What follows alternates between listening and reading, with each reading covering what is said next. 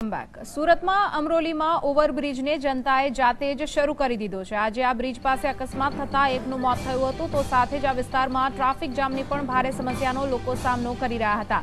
છેલ્લા કેટલાક દિવસોથી અમરોલીનો આ બ્રિજ તૈયાર થઈ ગયો હોવા છતાં સુરત મહાનગરપાલિકા અને ભાજપ શાસકો યોગ્ય મુહૂર્તની વાટ જોઈને બેઠા હતા।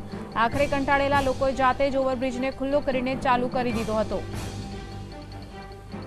बात करें संवाददाता राकेश ब्रह्मभट्ट साथे। जी राकेश, ट्राफिक जाम थी कंटाळी लोकोए नवा ब्रिजનું जाते ज उद्घाटन કરી દીધું, પરંતુ સાથે જ અહીંયા એક અકસ્માત પણ સર્જાયો છે આજના દિવસે। શું માહિતી છે આ મુદ્દે આપની પાસે? બિલકુલ સોનલ, સમગ્ર ઘટના જે સુરતના અમરોલી વિસ્તારના જ્યાં ઓવરબ્રિજ નીચે જે સૂચક બોર્ડનું જે સ્ટેન્ડ લગાવવામાં આવ્યું છે તે આજરોજ અચાનક જ તૂટી પડ્યું હતું અને ત્યાંથી પસાર થતા વાહન ચાલક પર આ સૂચક બોર્ડ પડી વાગ્યું હતું, જ્યાં યુવકને ઘટના સ્થળે ગંભીર ઈજા થતા તાત્કાલિક સારવાર અર્થે સુરતની ખાનગી હોસ્પિટલ ખાતે ખસેડવામાં આવ્યા હતા, જ્યાં ટૂંકી સારવાર બાદ તેનું મોત નીપજ્યું હતું। જ્યારે અન્ય તરફ જે બ્રિજ હતો તે ભારે ટ્રાફિક જામના કારણે।